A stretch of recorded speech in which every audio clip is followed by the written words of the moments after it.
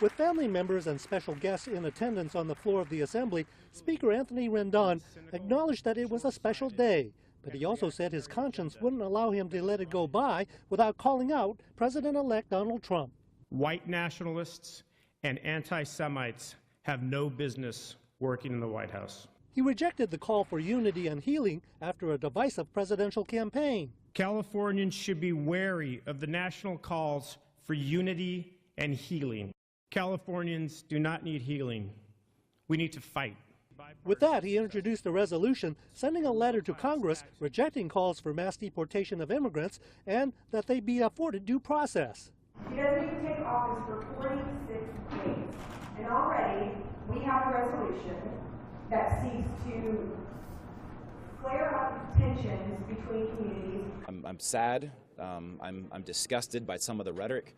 Assembly Republican leader Chad Mays said lawmakers should know that the state relies on the federal government in many ways. We need to work with our federal government partners to be able to solve the big challenges today.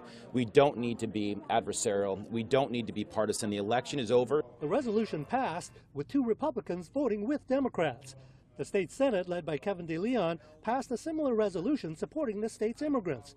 The recently nominated state attorney general, Sacramento native Javier Becerra, was not as direct, but he did say his job was to represent the interests of California and the people who live here. We won't shy away from representing and defending what we stand for as Californians, but we're not out there to pick fights. Governor Brown says he too is inclined to back immigrant rights, so pick them or not, a fight with the Donald Trump White House may be on the way.